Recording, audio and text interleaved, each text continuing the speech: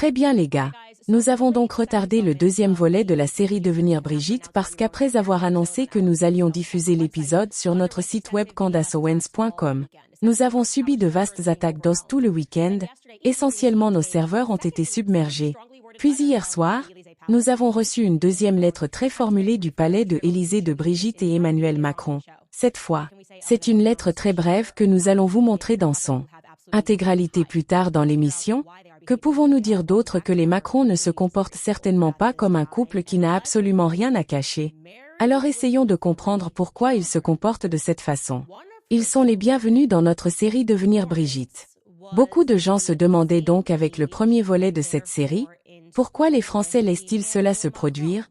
Comment ont-ils pu permettre que toutes ces choses se produisent et vous vous demandez probablement comment Brigitte et Emmanuel Macron ont réussi à faire cela? Essentiellement cette suppression massive de la presse pour qu'aucun d'entre nous ne soit au courant de toutes ces choses bizarres qui se passaient dans leur pays. Comment se fait-il qu'Emmanuel Macron, qui était pratiquement inconnu du public un an avant son arrivée au pouvoir, ait réussi à faire échouer la campagne de François Fillon, l'homme qui était un candidat évident à la présidence? Comment a-t-il réussi tout cela? Pour les anglophones, c'est un peu comme l'ascension de Barack Obama. Bien sûr, Barack Obama était sénateur et il était donc impliqué dans la politique dans une certaine mesure. Mais son ascension à la présidence est venue de nulle part, sauf que Barack Obama n'était pas marié à quelqu'un qui avait plus de 2 décennies de plus que lui. Vous le connaissez peut-être. Macron, juste pour être très clair et je le répéterai encore et encore. Il n'avait que 14 ans lorsqu'il est apparu dans une pièce de théâtre à l'école. Dans son école appelée La Providence, Hérité était à l'époque professeur dans la même école qui dirigeait un atelier de théâtre. En fait, elle avait 39 ans à l'époque et était prétendument mariée avec 3 enfants. Un de ses enfants, Laurence, avait le même âge et était donc à l'école avec Emmanuel Macron. Ok, donc l'histoire raconte qu'elle l'a vu jouer dans une pièce de théâtre et qu'elle a été emportée par la suite, ne voulant pas résister à ses sentiments pour le prince beaucoup plus jeune à tel point qu'elle a fini par divorcer de son mari. Elle a brisé sa famille à cause de cela. Bien sûr, c'est objectivement une histoire très effrayante. Alors comment diable ont-ils pu la vendre au public français? Sépare.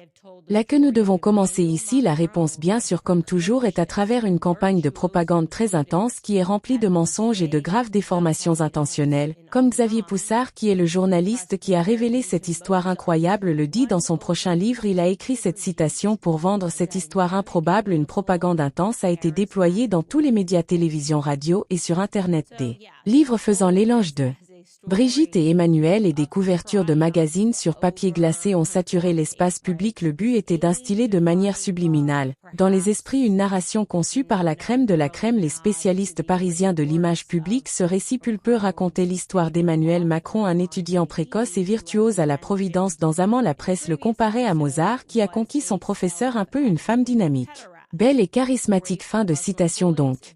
Oui, ils ont vendu ça comme une histoire de triomphe sur la conformité à cet âge défiant l'amour, peut-être comme nous le savons maintenant, un clin d'œil précoce aux œuvres écrites de l'auteur préféré de Macron, André Gide, qui, comme nous l'avons mentionné dans un épisode précédent, était un pédéraste autoproclamé, violé des garçons musulmans, et il a écrit à ce sujet ouvertement, et malgré cela il finirait, ou du moins son livre finirait, dans le premier portrait présidentiel d'Emmanuel Macron, incroyablement effrayant, le 14 avril 2016 lorsque Paris Match, le magazine, a consacré sa première couverture à Brigitte. Les lecteurs ont appris qu'un jour, dans son cœur, tout change. Secrètement, elle assiste à la pièce de Milan Kundera intitulée « Jacques et son maître », dans lequel l'un des élèves de 9e année, Emmanuel Macron, est le héros.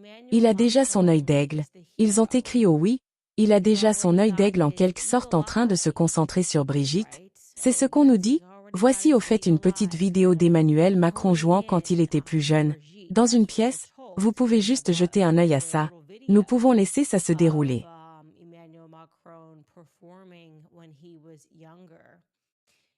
In a play. You can just take a look at this. We can let this run. C'est bon de renaître. Elle m'entend. Ma sœur aveugle et muette. La nuit.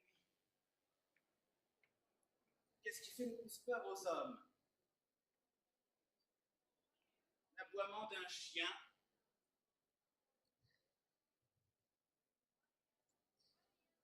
L'ombre d'un homme.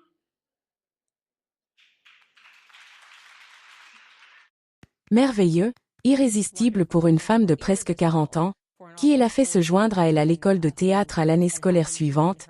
Nous devrions nous arrêter ici pour considérer à quel point il est terrifiant que les médias en tant quantité aient ce genre de pouvoir de romancer des actes de pure méchanceté et puis à gaslight et bully ceux qui le reconnaissent comme tel, ainsi que ceux d'entre nous qui disent non. Il y a quelque chose de très mal avec cette image de toute façon pas. Moins de 60 couvertures de journaux ont été consacrées à Brigitte en seulement 26 mois. Paris Match à lui seul a jusqu'à présent consacré 13 couvertures à Brigitte. Maintenant je dirais que c'est une sorte de stratégie psychologique de sursaturation. Bien si vous donnez au public tellement d'informations, qu'elles soient vraies ou fausses, cela devient immédiatement implausible pour le commun des mortels qu'il puisse y avoir quelque chose de caché, n'est-ce pas? Parce que vous vous dites eh bien, il y a tellement d'informations que cela devient une sorte d'effet spectateur médiatique si tant de gens couvrent l'histoire alors l'histoire doit être couverte elle est déjà couverte il ne nous reste plus rien à apprendre donc je vais maintenant vous raconter la légende officielle qui a été établie sur Brigitte Macron à ses débuts par les médias. C'est comme suit. D'abord et avant tout, ils ont dit au public que l'écart d'âge entre eux était de 17 ans et que Brigitte avait 36 ans à l'époque, c'est aussi un mensonge pur et simple. Passons maintenant en revue la chronologie de la vie antérieure de Brigitte, qui a été affirmée par ces mêmes médias. Ok. Ils nous disent qu'en 1953, le 13 avril 1953, ironiquement, la même date que la création du programme MKUltra, Brigitte Trogneux s'est fait un nom. Trogneux est née en Amiens. Elle était la plus jeune fille d'une famille de confiseurs qui prospérait dans le nord de la France. Ensuite, ils nous disent qu'après une éducation catholique stricte avec les Sœurs du Sacré-Cœur en 1974, elle a épousé à 21 ans un homme nommé André-Louis Ozière, devenant alors Brigitte Ozière mariée à un cadre de banque, suivant les traces de son mari. Brigitte Ozière a commencé une carrière d'attachée de presse à la Chambre de commerce de Lille, puis ils ont eu 3 enfants, un premier-né, Sébastien, en 1975, un fils puis ils ont eu une fille, Laurence, qui était du même âge qu'Emmanuel Marron et qui allait à l'école avec lui.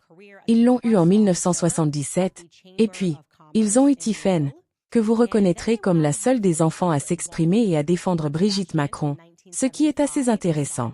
Ils l'ont eu en 1984, et puis l'histoire raconte qu'après être devenue attachée de presse et avoir travaillé à la Chambre de commerce, elle a décidé de se tourner vers l'enseignement au milieu des années 1980, d'abord à Strasbourg en tant que professeur de littérature au collège protestant Lucie Berger, puis bien sûr à la Providence, le collège jésuite, de retour dans son Amiens natal, parce qu'elle et Emmanuel Macron sont du même endroit, donc en 1991, elle y est retournée et bien sûr, pendant qu'elle était là, elle est tombée éperdument amoureuse du brillant étudiant Emmanuel Macron. Maintenant, toute cette histoire a été dépeinte sans aucune image, n'est-ce pas? Alors que la presse vendait ça, ils ont essayé de faire croire aux lecteurs que Brigitte était irrésistiblement sexy et canonne, comme si elle était une sorte de poupée pin-up des années 80, incroyablement semblable à Claudia Schiffer. C'est l'image qu'ils essayaient de peindre dans leur tête, comme si elle était plus âgée maintenant. Mais si vous l'aviez vue quand Emmanuel Macron l'a vue, elle était comme une pin-up et elle portait des jupes courtes. Ils ont parlé de la façon dont elle portait des jupes et comment tous les garçons bavaient sur elle.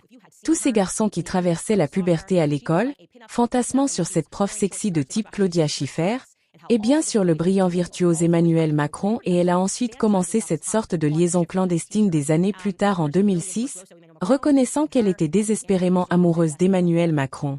Elle a pris la décision énorme de briser sa famille en divorçant de son mari André-Louis le banquier pour son ancien étudiant Macron juste un an plus tard en 2007. Ok, encore une fois c'est la légende qui a été établie par les médias maintenant pour contrôler l'image publique de Brigitte. Le couple a fait venir une femme connue sous le nom de Michel Marchand, on l'appelle aussi Mimi pour faire court, c'est la femme que je vous montre ici sur le côté gauche, Marchand à côté de Brigitte et elle est connue comme la papesse de la presse célèbre, la papesse de la presse célèbre. Vous ne croisez pas Mimi, je parle de ça toute la semaine, les agences de relations publiques, les gens qu'ils sont au sommet, elle vous démolira si elle en a besoin. Vous pouvez voir toutes sortes de procès dans lesquels elle a été impliquée, elle a été accusée d'utiliser des tactiques de chantage et de coercition, nous y reviendrons dans un petit moment et sa tâche était essentiellement d'inonder le public avec ces photos hyper sélectionnées du couple présidentiel en herbe qui a l'air retouché et fabuleux. Vous savez juste vendre cette idée que rien de bizarre ne s'est produit dans le passé et donc Mimi a pu profiter essentiellement d'une quasi-exclusivité sur l'image de Brigitte à travers son agence photo.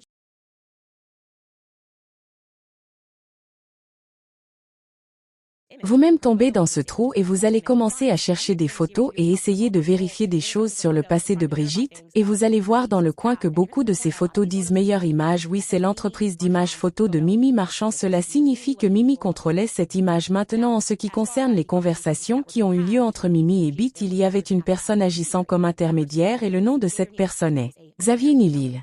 Est milliardaire. Vous devriez savoir, l'un des hommes les plus riches de France, et je devrais mentionner qu'il est aussi le gendre de Bernard Arnault, le PDG et le président de LVMH. Oui, le LVMH, Louis Vuitton, Mouette et Hennessy. En janvier de l'année dernière, Bernard Arnault a dépassé Elon Musk pour devenir l'homme le plus riche du monde. Les enfants de Bernard Arnault, 2 d'entre eux ont en fait été enseignés par Brigitte, et vous devriez savoir de Brigitte a enseigné ses enfants à l'école. Plus tard, Brigitte a développé une relation étroite avec la fille aînée des Arnault, à qui elle n'a pas enseigné des filles, qui allait devenir le fournisseur de vêtements de Brigitte par l'intermédiaire du directeur artistique et styliste de Louis Vuitton. Ok. Il suffit de suivre Bernard. Elle a une fille et elle s'implique dans le style et s'adresse à Brigitte Macron, la première dame. Elle le fait évidemment par l'intermédiaire de Louis Vuitton et TAP, leur directeur artistique, pour être le styliste. Le nom de ce directeur artistique est Nicolas Guéquière. Maintenant, pourquoi je vous en parle? Qui se soucie de ce que porte Brigitte? Vous devriez juste savoir, comme un autre fait amusant, que cet homme est le principal promoteur du transgenre et de l'androgynie dans le monde de la mode. Il est énorme, ok. Non seulement, il a été selon le magazine Out, embauchant délibérément des mannequins transgenres et les choisissant pour ouvrir pour le défilé de mode de Louis Vuitton. Comme lorsqu'il a choisi un jeune homme de 23 ans transgenre nommé Croquin pour ouvrir pour leur défilé 2018 dans lequel ils ont présenté leur collection printemps-été. Mais Guéquière a également pris sur lui de lancer les carrières d'une tonne de mannequins transgenres dans toute l'industrie de la mode. Comme une personne nommée Teddy King-Léon a été remercié. Nicolas, qui à l'âge de 23 ans est devenu un nom familier après avoir été découvert par Nicolas Guéquière à l'âge de 21 ans. Il a été découvert à l'âge de 23 ans, il le remerciait, et donc c'est juste la personne qui habille Brigitte. Je m'égare. Alors quoi? Le styliste de Brigitte est spécialisé dans le transgendérisme dans le monde de la mode en tant que directeur créatif pour LVMH. Coïncidence? On pourrait dire très bien. Ok, le but ici est aussi de démontrer le genre de pouvoir qui entoure Brigitte, parce que quand on considère comment il pourrait être plausible qu'une histoire de cette ampleur ait été intentionnellement dissimulée par les médias grand public, eh bien c'est un peu important à savoir qui est le casting qui l'entoure et à quel point ces gens pourraient être puissants. L'autre point est que Xavier Niel, pour en revenir à lui, c'est le gendre de Bernard Arnault qui était l'intermédiaire entre le couple présidentiel en herbe et Mimi Marchand.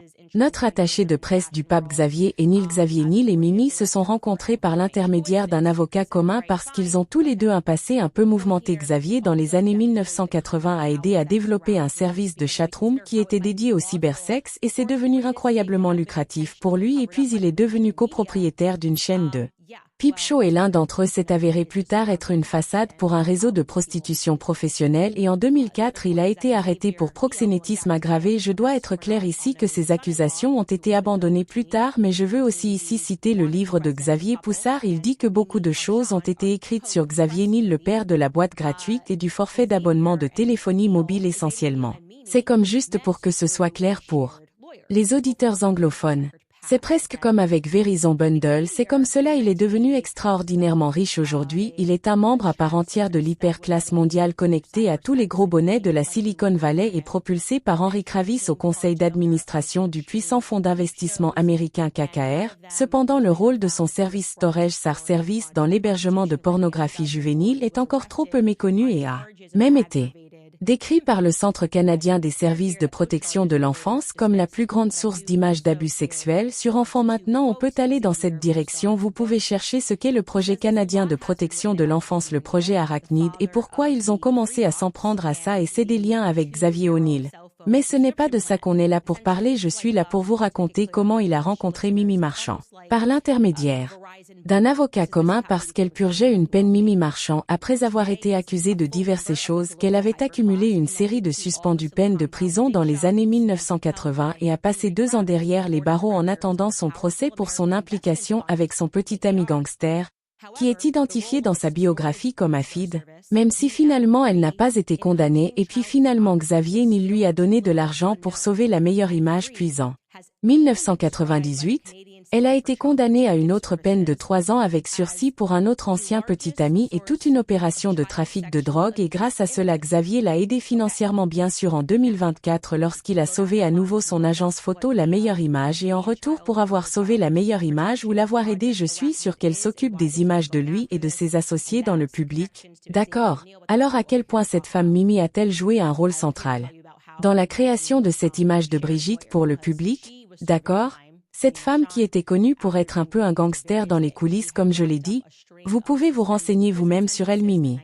Marchand en fait je pense que le New York Times vient de faire une prise de position sur elle et toute son implication et bien, un peu plus d'1 an après l'investiture de Macron, le président de la France, Mimi, s'est fait prendre en photo dans le bureau présidentiel, faisant un V pour la victoire avec ses mains.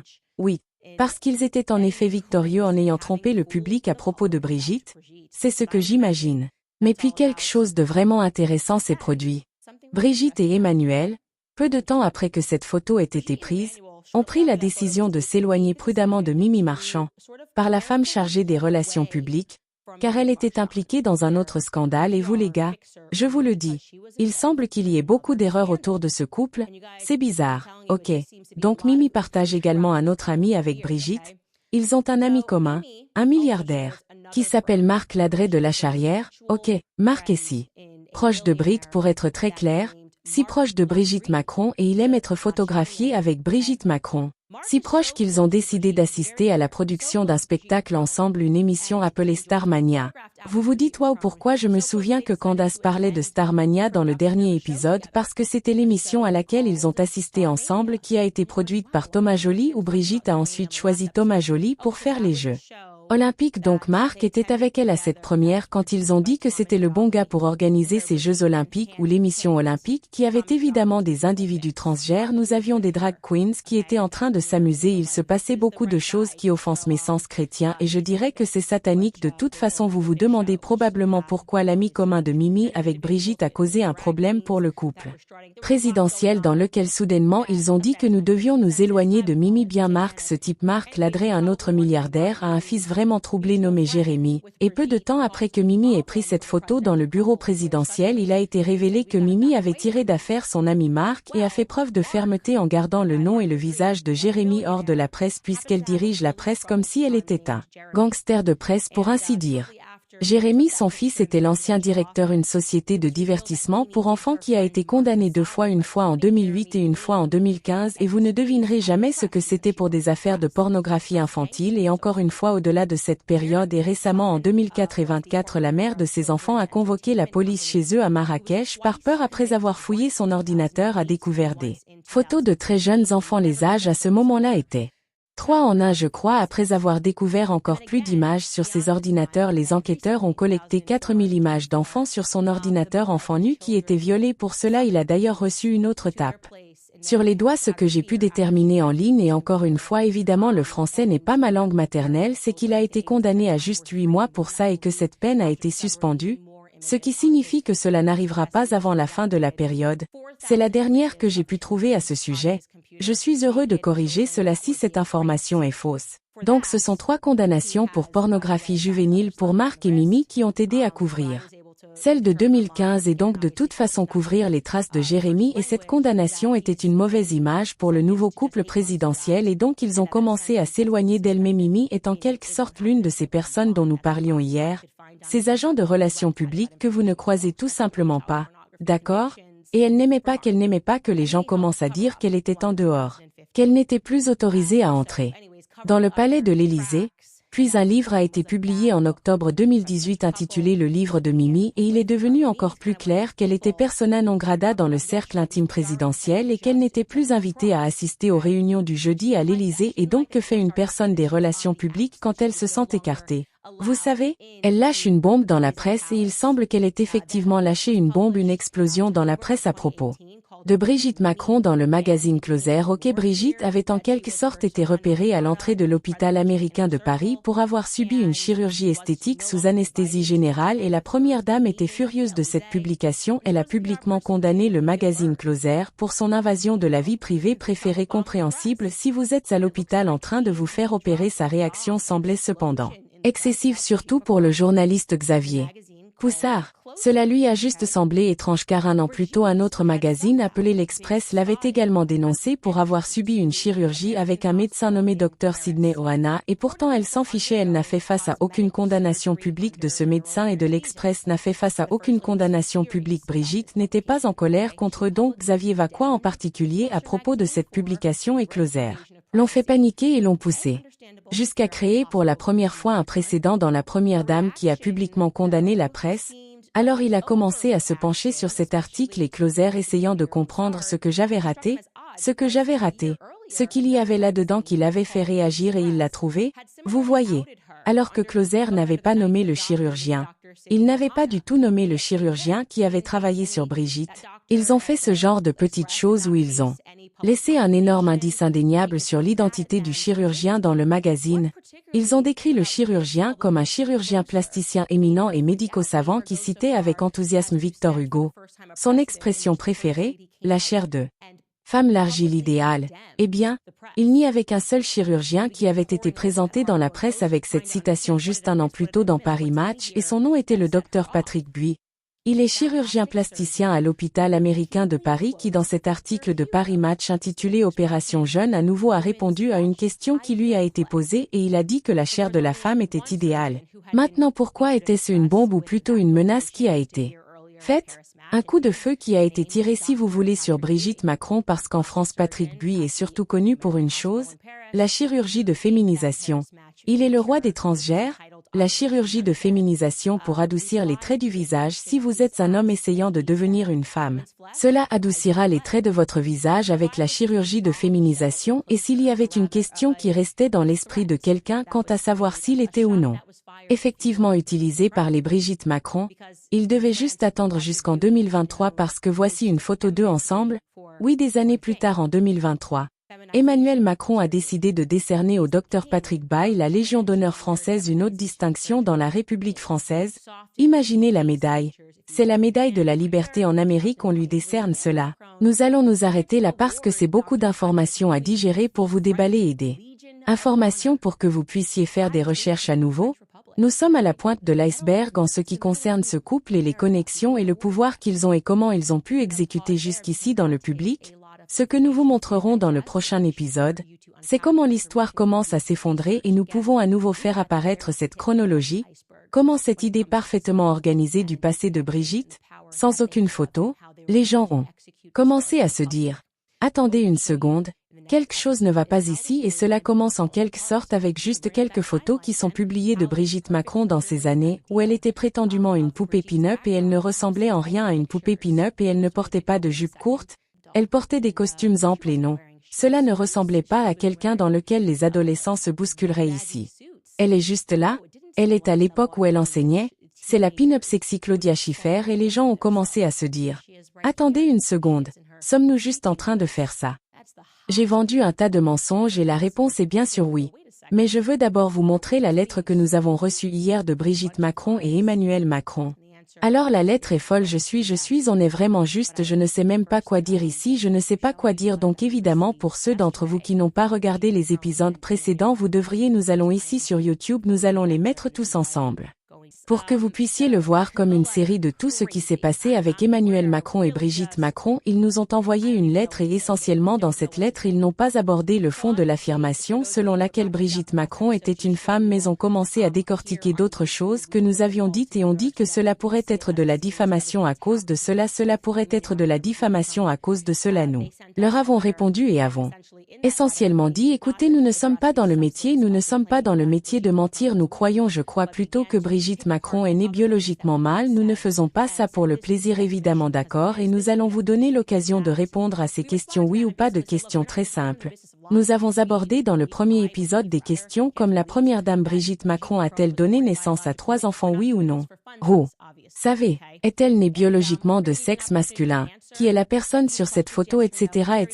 et ils ne nous ont pas répondu du tout et nous leur avons donné je pense ce qui équivaudrait à 10 jours, plus que 10 jours peut-être pour répondre avant de lancer le premier opus de notre série que nous n'avons pas eu cette chance puis après le premier opus l'épisode d'introduction hier soir nous avons reçu un email de leur équipe juridique ici aux États-Unis et Je ne plaisante pas, je vais juste vous le lire dans son intégralité parce que j'ai réalisé qu'ils essaient d'affirmer l'affirmation selon laquelle nous avons choisi ce que nous vous avons lu. Ouais, c'était une lettre de 100 pages, nous n'avions pas 3 heures et rien de tout cela ne répondait à notre question de savoir si Brigitte Macron était un homme ou non. Nous comprenons que vous essayez de prétendre que des erreurs sur la colorisation, vous savez, pourraient s'apparenter à de la diffamation. Nous connaissons votre jeu. Alors passons à cette lettre que nous avons reçue et je vous expliquerai à quoi ils font référence et ce que nous leur avons répondu dans notre lettre. Donc vous pouvez voir qu'elle commence par nous faisant savoir que cela concerne ou quelque chose dans le coin. Il y a confidentiel, pas pour publication ou attribution. J'échoue vraiment à cela. Puis ils disent que c'est à propos de déclarations fausses et diffamatoires sur le président Emmanuel Macron et Brigitte Macron. Ils disent que nous écrivons à nouveau au nom de nos clients, le président et Madame Morcon. C'est la dernière fois que je pense que vous entendrez vraiment parler de Brigitte. Nous avons été déçus de votre réponse du 16 janvier 2025 à notre lettre du 3 décembre 2024. Malgré nos avertissements et en pleine connaissance de leur fausseté, votre cliente a doublé ses allégations diffamatoires. Nous allons y arriver et a en effet élargi la portée de sa diffamation. Nous avions voulu épargner à Mademoiselle Owens l'embarras de confronter ouvertement ces fausses déclarations, mais au lieu de faire la chose juste et responsable, il semble qu'elle savoure l'attention du public. Alors en gros, ils m'ont écrit la première menace juridique pour m'épargner vous les gars. Ils étaient juste comme nous voulons vous aider et vous faire savoir que certaines choses que vous avez dites étaient fausses et donc cette lettre est un avertissement pour vous à quel point ce couple est vraiment gentil de trouver cela dans leur cœur. Continuons à lire. Depuis notre lettre, Miss Owens a publié plusieurs posts, un podcast de diffusion supplémentaire, diffamant davantage les Macron dans la mesure où les revendications de Macron souffraient de l'une des lacunes juridiques que vous avez soulignées dans votre lettre qu'ils n'ont pas manqué. Owens a éliminé tout doute sur ces allégations et les a renforcées avec ses nouvelles déclarations les plus flagrantes du 13 janvier 2025. Miss Owens a faussement laissé entendre que les Macron étaient responsables de la mort d'un journaliste qui enquêtait sur eux. D'accord. Faisons une pause là parce que vous avez regardé le premier épisode. Ils mentent juste ici. N'est-ce pas? Il y a juste que je vous ai littéralement dit que chaque journaliste qui essaie de toucher à cette histoire, quelque chose arrive. Ok. Et c'est un fait qu'Isabella Fier a travaillé sur l'histoire et avait envoyé un message selon ses amis disant qu'elle avait une bombe à propos d'Emmanuel Macron et Brigitte. La presse française a rapporté cela et puis elle a été retrouvée morte flottant dans une rivière. Ok, ou un étang. Quoi que ce soit, et ils ont dit au public qu'elle s'était noyée et ses amis ont dit qu'elle n'était pas suicidaire et le public, la presse a dit qu'elle avait peut-être pris des pilules. Je me souviens que le fait est que nulle part dans le premier épisode nous n'avons dit que Brigitte Macron et Emmanuel Macron ont assassiné cette fille. Nous vous avons dit ce qui s'est passé. Ok. Continuons à lire ici. Cette implication incendiaire est factuellement fausse, offensante et incroyablement dommageable. Mademoiselle Owens a répété cette fausse affirmation le 31 janvier 2025 et a renforcé l'implication parce qu'ils ne disent pas que je l'ai dit. Ils disent que vous l'avez sous-entendu en déclarant qu'elle voulait dire que je l'ai fait sur la sécurité après avoir reçu la lettre de Macron et la cause et à cause de choses que nous savons sur leur réseau et des choses qui se passent. Comme je l'ai dit, chaque journaliste qui essaie de faire sortir cela, oui c'est et non pas, ce n'est pas un mensonge, c'est la vérité. Nous avons renforcé notre sécurité parce que et nous répondions au chat des gens qui disaient procurez-vous une bonne sécurité. Et bien sûr quand vous avez des gens qui se promènent dans votre propriété et que vous avez de jeunes enfants et que vous comprenez l'ampleur des enjeux qui sont dans ce renforcement de votre sécurité, c'est mon droit. Ok, vous n'avez pas le droit de me dire que je ne peux pas dire au public la vérité à ce sujet. Continuons à lire pour voir ce qui les contrarie. Dans un autre mensonge pur et simple, Mademoiselle Owens a déclaré à plusieurs reprises que Macron a admis que Madame Macron avait violé le président Macron dans notre lettre du 3 décembre. C'est une fabrication complète car aucun aveu de ce genre n'a été fait dans notre lettre du 3 décembre ou ailleurs. Non, au contraire, nous avons montré exactement ce que vous avez dit où vous avez admis qu'Emmanuel Macron avait 15 ans et que Bitt avait 39 ans et nous avons dit au public que c'est donc un aveu que c'est un viol statutaire parce que les lois à l'époque stipulaient qu'il ne pouvait y avoir de consentement si l'adulte avait autorité sur l'enfant et étant donné le fait qu'il s'agissait d'un enseignant et qu'Emmanuel Macron avait 15 ans et n'avait pas l'âge du consentement, Cela constituerait un viol statutaire, donc nous n'avons pas dit que vous avez écrit qu'il s'agissait d'un viol statutaire, nous avons dit que vous l'aviez admis, que ce soit sciemment ou non, pas en disant ce que je crois être. La première fois en affirmant par écrit que leurs âges étaient de 39 et 15 ans, et pour être clair, nous affirmons que leurs âges étaient en fait de 39 et 14 ans parce que 14 ans était indéniablement l'âge auquel Emmanuel Macron a participé à cette pièce. Continuons à lire l'imprudence de votre client en faisant ces affirmations fausses et préjudiciables et stupéfiantes. Ça continue. Vous passez la majeure partie de votre lettre à discuter de la malveillance réelle, mais les preuves bien documentées de la malveillance réelle ici sont accablantes et votre client n'a fait qu'ajouter à ce dossier avec ses déclarations publiques après avoir reçu notre lettre comme nous l'avons exposé dans notre lettre du 3 décembre 2024. Mademoiselle Owens s'appuie sur des sources apparemment peu fiables pour perpétuer une théorie du complot intrinsèquement improbable malgré les preuves réfutant sa vérité. Mademoiselle Owens prétend qu'elle est journaliste mais ignora plusieurs reprises les normes journalistiques dans ses reportages. Elle continue également à profiter de ces mensonges et à bloquer le nom de l'entreprise et a même récemment déclaré qu'elle commencerait à revendre le t-shirt de l'homme de l'année se moquant de Madame Macron et tout comme Mademoiselle Owens prétend qu'elle n'a pas à créditer les Macron.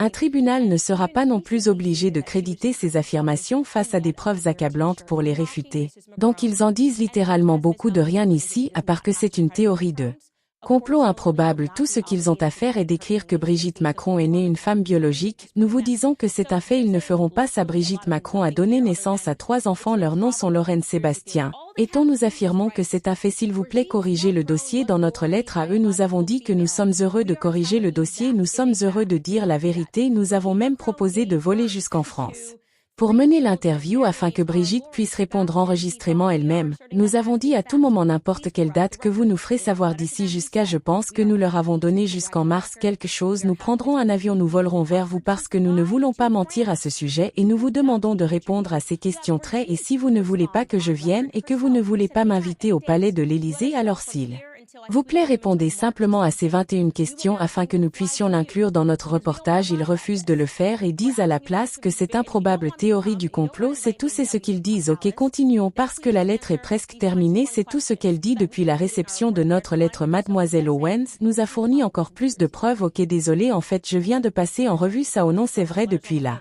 réception de notre lettre. Mademoiselle Owens nous a fourni encore plus de preuves de son mépris imprudent de la vérité, sa réelle malveillance et son intention de nuire davantage au Macron. Owens a reçu un avis écrit écrasant des preuves contredisant ses affirmations dans notre lettre du 3 décembre 2024 et pourtant elle continue à redoubler d'efforts et à étendre ses mensonges. Elle a refusé de retirer l'une des allégations diffamatoires décrites dans notre lettre. Mademoiselle Owens a également cité des extraits de notre lettre mais a refusé de présenter à son public une grande partie des preuves sous-substantielles. Réfuter ces affirmations, tout cela est une tentative évidente de diffamer et de blesser davantage Macron et de cacher la vérité au public auquel elle a menti à plusieurs reprises sur ces questions. Donc, en gros, ce qu'ils disent, c'est que nous vous avons envoyé une lettre de 100 pages et nous avons passé en revue tout ce qui pourrait être potentiellement diffamatoire, comme je vous l'ai dit, en ignorant le fond.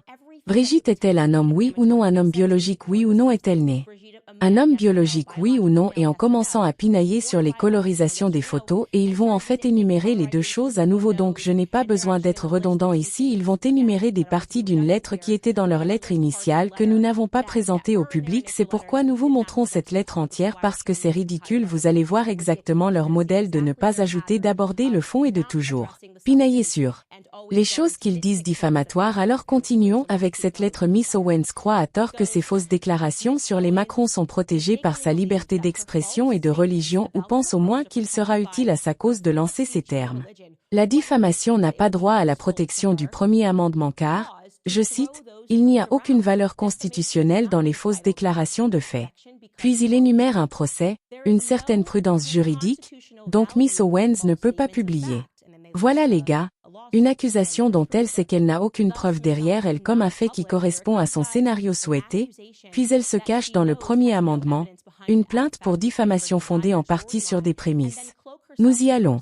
Les fausses déclarations de Miss Owens selon lesquelles les Macron sont impliqués dans une secte satanique n'impliquent aucune croyance religieuse alors qu'aucun groupe de ce type n'existe, donc ils disent ici et cette idée est accusée. Ils ont fait tout un segment dans leur première lettre à propos de moi en disant que je parlais de satanisme et de secte, impliquant qu'ils étaient dans une secte satanique et ils sont dire que c'est de la diffamation de parler de Satan. Parler de secte satanique est une forme de diffamation et il me demande de rectifier le tir. Je dis que je ne fais pas ça parce qu'en tant que chrétien, ok, je sais que les sectes sataniques existent réellement et qu'ils prétendent que j'ai dit qu'elles ne pouvaient pas exister, qu'elles n'existent pas. C'est complètement insensé et une violation de mon droit de pratiquer ma religion, donc je ne vais pas m'en tenir à ça. Je vais m'en tenir à ça quand je vous ai dit que je parlais de mon point de vue et du point de vue partagé par beaucoup, que la cérémonie olympique était satanique. C'est même la principale participante, Barbara Butch, ok, une lesbienne qui était au centre de tout ça. Harry du Nouveau Testament dans son histoire Instagram et l'a ensuite démonté. Vous n'avez pas le droit de me dire que vous allez me poursuivre pour diffamation parce que je parle du satanisme dans un contexte qui vous met mal à l'aise. Puisque vous avez choisi Thomas Joly pour faire ce spectacle, ma réponse est non. Alors continuons à lire votre lettre et passons à l'autre point que vous pensez que j'ai retiré. D'accord? De même que les fausses déclarations restantes faites par Mademoiselle Owens ne sont pas basées sur ses croyances religieuses simplement parce qu'elle utilise la rhétorique religieuse pour gagner des adeptes. Ouais, c'est ce que je fais à chaque messe, chaque dimanche, j'essaie juste de gagner des adeptes.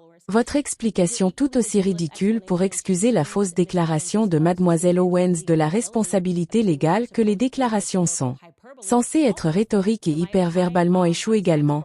Donc sur cette partie suivante, mon avocat leur a répondu parce qu'ils ont dit qu'une autre affirmation diffamatoire était que je disais qu'Emmanuel Macron est un psychopathe et ils prétendent que c'est encore une diffamation. Rien de tout cela ne concerne le fond de l'affirmation selon laquelle B est un homme, mais nous allons vous donner ce à quoi leur réponse est que d'abord si Mademoiselle Owens croit sincèrement ce qu'elle dit qu'elle prétend à plusieurs reprises, les déclarations ne sont pas des hyperboles rhétoriques. Les déclarations qui consistent en une hyperbole rhétorique, une épithète vigoureuse ou un langage figuratif ou hyperbolique lâche sont protégées car elles ne peuvent raisonnablement être interprétées comme énonçant des faits réels sur un individu. Mademoiselle Owens ne peut pas simultanément affirmer qu'elle croit à la vérité de ses affirmations diffamatoires et que ces déclarations sont des exagérations qu'aucune personne raisonnable ne prendrait au sérieux comme des déclarations de faire apporter. Si quoi que ce soit, cet argument absurde dans votre lettre ne fait que démontrer davantage que Mademoiselle Owens déforme délibérément la vérité pour choquer notre public. Un nouvel aveu de sa malveillance et de son incitation financière à diffamer Macron. De plus,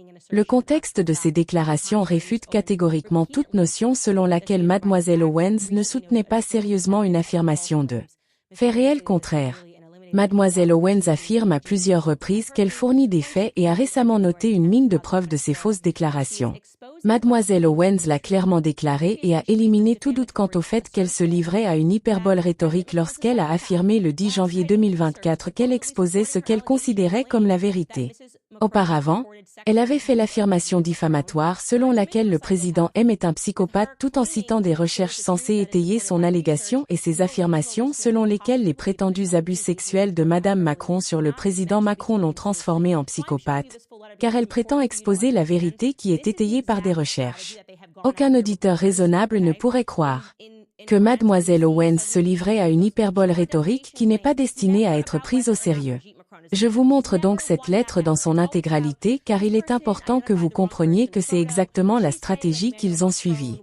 Les journalistes sont d'accord en France. Quand vous voyez soudainement les principaux médias dire qu'elle a gagné un procès en diffamation, il n'est jamais question de savoir si Brigitte Macron est un homme ou non. Elle n'a jamais gagné.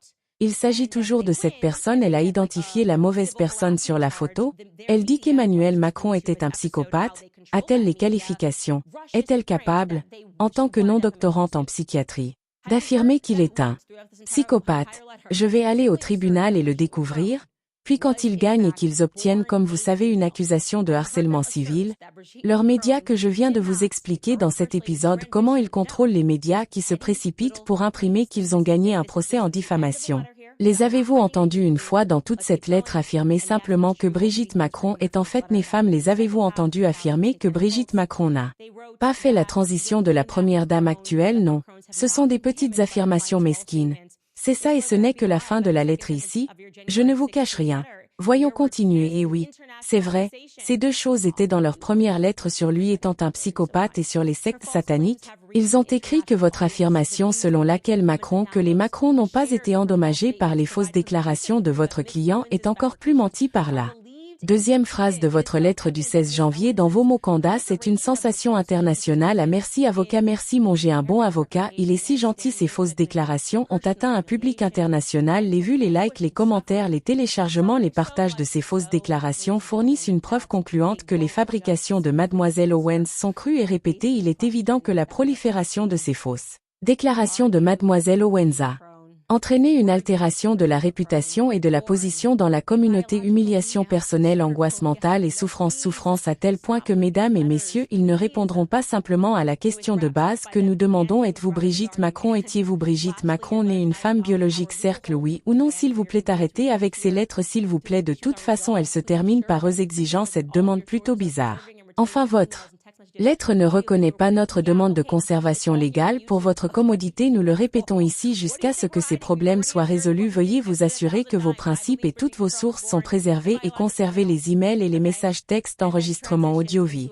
Ouais, ok idiot, tout est là sur YouTube. Ok, comment que penses-tu que nous cachons? Nous avons déjà affirmé ce que nous pensons. Je l'ai dit 1000 fois, je crois que Brigitte Macron est née biologiquement mal, ok, et puis transition en une femme, c'est ma croyance. Je ne sais pas combien de fois je pourrais le dire. Que penses-tu que tu vas trouver dans mes messages? Comme quoi, quelle est ta preuve irréfutable ici? Tu l'as compris mec, nous le reconnaissons publiquement. Nous conserverons tous nos fichiers YouTube, nous conserverons tous les fichiers vidéo, nous conserverons nos messages textes, nos journaux, nos tweets, ok, nos tweets, pour que tu puisses montrer que je pensais ce que j'ai dit, que j'ai dit. Alors tu peux expliquer pourquoi tu ne peux pas simplement répondre aux questions. Encore une fois, c'est juste une tactique d'intimidation. Ils n'ont évidemment répondu à aucune de nos questions pour mettre un terme à cela, ce qui les retire complètement de ce nettoyage, qu'ils sont si angoissés mentalement. Mais ils ne peuvent pas simplement affirmer la vérité, danser autour de choses dont personne ne se soucie, personne ne s'en soucie. Elle a traité Emmanuel Macron de psychopathe. C'est juste que ça fait mal, mais ils s'en fichaient évidemment quand la presse algérienne l'a qualifié de psychopathe homosexuel. Ils n'ont pas été poursuivis, ça s'en prend à Candace. Maintenant, beaucoup de gens ont affirmé qu'Emmanuel Macron est un psychopathe et n'ont pas été poursuivis, mais il veut que nous sachions qu'il est vraiment sérieux. Il vient au Tennessee, je pense. Arrête de te faire perdre ton temps avec ces lettres, va porter plainte. Ok, le monde entier veut savoir la réponse à la question et je crois que je connais déjà la réponse à la question. Comme je l'ai dit, nous épluchons les couches de cet oignon très lentement, aidant les gens à comprendre qui est dans votre cercle, comment nous avons pu réussir, comment vous avez pu faire du gaslighting au monde entier, ce que vous faites en ce moment. Ok, parce que c'est ce que vous faites. Nous allons révéler votre stratégie juridique de ne pas aborder l'éléphant dans la pièce pendant que vous vous plaignez de ce qui l'entoure. Oh mon Dieu, elle a dit psychopathe, elle a dit qu'il était psychopathe. Comment a-t-elle pu dire qu'il était si blessé, qu'il était angoissé? Tu es pathétique Emmanuel, ok, tu es absolument pathétique. Cette lettre est pathétique. Alors quand tu me renvoies une lettre et que tu me cites en disant que c'est pathétique, sache juste que je vais m'y tenir aussi. Ok, je crois au satanisme, je ne pense pas que ce soit le fruit de l'imagination de qui que ce soit. D'abord et avant tout, alors bonne chance avec ça devant les tribunaux américains, en particulier dans le Sud, où les gens ont encore la foi, vous savez. Et bonne chance pour essayer de prouver que vous n'êtes pas un psychopathe alors que des tas de personnes ont rapporté dans la presse que vous étiez psychopathe et qu'ils ont vu que pendant le Covid, des tonnes de personnes ont écrit sur votre état mental et vous ne me ferez jamais changer d'avis sur le fait que vous avez été préparé par la personne que vous avez finalement épousée en 2007, Brigitte Macron. Je crois qu'elle est un homme. Combien de fois puis-je encore le dire? Combien de façons puis-je le dire? Dois-je le dire en français? Dois-je apprendre un peu de français pour le dire d'une autre manière? Cela devient ridicule, d'accord? Tout le public est maintenant attentif, Emmanuel et Brigitte, et je sais que vous restez debout tard pour regarder ça au palais de l'Élysée, probablement tous dans une pièce. Vous êtes probablement debout à côté de votre prochain agent de relations publiques maintenant que vous avez coulé Mimi parce que les choses devenaient évidentes sur son histoire. Je sais que vous vous inquiétez à ce sujet, non pas à cause de quelqu'un qui vous a traité de psychopathe. À quel point un dirigeant du G7 peut-il être susceptible? D'accord? Mais je suis inquiet du fond et nous allons arriver au fond et le monde entier va nous regarder le faire. Donc je conclus ceci M et Monsieur Macron en vous remerciant d'avoir promu cette série de la seule manière que vous connaissez, en pleurant comme des petits bébés en public et en pensant que je vais garder cela privé ou secret. Je crois en la transparence radicale. Je dis tout à mes followers parce que je les considère comme des amis. Je ne les considère même pas comme des fans. Je les considère comme des gens qui, comme moi, sont des citoyens concernés qui ont le droit de savoir qui diable dirige nos pays. C'est aussi simple que ça et je suis très préoccupé par qui dirige votre pays, très préoccupé par cela, je suis très préoccupé par leur lien avec les médias américains et je suis très préoccupé par le fait que la plupart des gens dans le monde entendent simplement parler de cette histoire qui est démente, ok, et elle devient plus démente à chaque épisode, donc nous n'allons pas nous arrêter et quiconque est derrière les attaques d'os, vous ne pourrez pas arrêter cela. Ceux qui regardent, nous vous demandons de soutenir notre travail en tant que journalistes indépendants. Évidemment, la meilleure façon pour vous de le faire est de aller sur CandaceOwens.com.